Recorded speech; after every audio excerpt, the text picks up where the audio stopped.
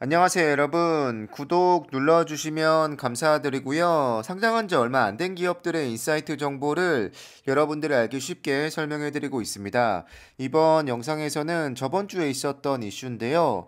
학자금 관련해서 중요한 이슈가 두 가지가 있습니다. 첫 번째로 학자금 상환 관련이고요. 두 번째로 탕감입니다. 근데 상환은 이미 선반영이 되어 있다고 봐도 무방합니다. 왜냐하면 2022년까지 계속해서 학자금 상환이 유예될 거라는 게 이미 주가에 반영이 되어 있다라고 봐야 하고요. 저번에 소파이가 발표했던 학자금 상환 때문에 전망치를 낮춘 게 올해까지 전부 다 포함이 된 거기 때문에 1번은 이미 반영이 되어 있다고 봐야 할 것 같고 2번이 탕감인데 계속 말씀드리고 있지만 1만 달러 탕감도 역시 선반영일 거라고 봅니다. 다만 5만 달러까지 주장하는 목소리가 있는 거고 이 와중에 뭐 3만 달러가 되거나 만약에 4만 달러가 되거나 이렇게 된다면 이것도 역시 소파의 주가를 좀 끌어내릴 수 있는 요소가 분명히 맞긴 한데요. 일단 저번 주에 나온 뉴스로 보면 최악은 피했다 정도로 정리할 수 있습니다. 5만 달러까지 가지 않을 거라는 건데요.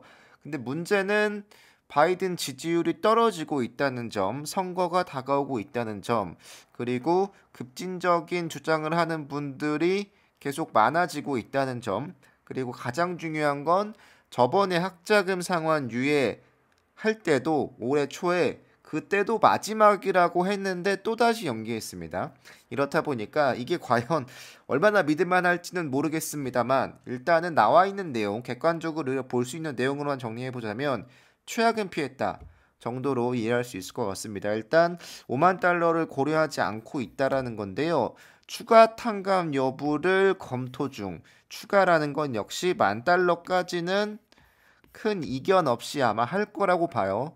이거는 원래 공약이었기 때문에 이건 지킬 거라고 보는데 다만 시기의 문제. 두 번째로 추가 탕감 1만 달러 플러스 얼마가 될지 모르는 이 탕감 액수를 우리가 가늠할 수 없기 때문에 이 변동성이 분명히 다가올 거라고 언젠가 생각을 하고요. 좀 지켜봐야 하는 내용이 분명히 맞습니다. 정치적인 이슈이기 때문에 단기적으로 판단하기는 좀 쉽지 않을 거라고 생각을 합니다. 다만 말씀드렸지만 근래에 바이든 지지율이 좋지 않습니다. 근데 바이든을 지지하고 있는 대부분의 이 젊은 유권자들은 굉장히 강력하게 바이든의 학자금 탕감을 요청하고 있는 중이라고 합니다. 이게 좀 맞물리면서 어떤 결과를 낼 수 있을지 조금은 좀 모르겠습니다. 네.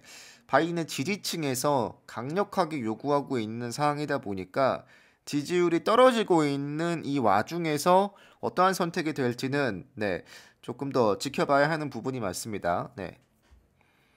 더불어서 2주 내로 제가 일주일 전에 올라온 걸 올렸으니까 아마 다음 주쯤에는 학자금 탕감에 대한 내용이 조금은 더 구체화돼서 나올 거라고 생각을 합니다. 네, 어느 정도 액수일지 첫 번째 액수죠. 그리고 시기의 문제입니다. 네, 이 두 가지가 어떻게 나오느냐에 따라서 주가의 흐름도 좀 바뀔 수 있을 거라고 생각을 하고요. 일단 5만 달러가 아니라는 게 그나마 낫고, 그럼에도 불구하고 1만 달러를 취소하면 약 3,210억 달러, 어마어마한 규모의 대출이 사라지고요. 거의 1,200만 명에 대한 전체 잔액이 없어진다고 합니다. 엄청난 1,200만 명이 사라진다고 합니다.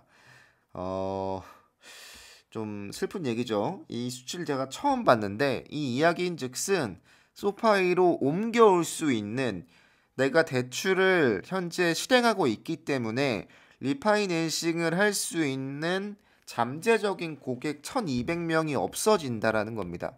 이게 좀 소파이에게 있어서 굉장히 안 좋은 측면이 무조건 맞습니다. 다만 이제는 시간이 좀 지났으니까 다음 주쯤에는 어느 정도 이 윤곽이 나올 거라고 보는데, 이 윤곽이 나온다면 제가 다시 한번 여러분들께 업로드하겠습니다. 일단 정리하자면 최악을 피했다 정도로 이해하시면 좋을 것 같습니다. 네, 이 내용은 여기서 마치겠습니다. 여러분 감사합니다.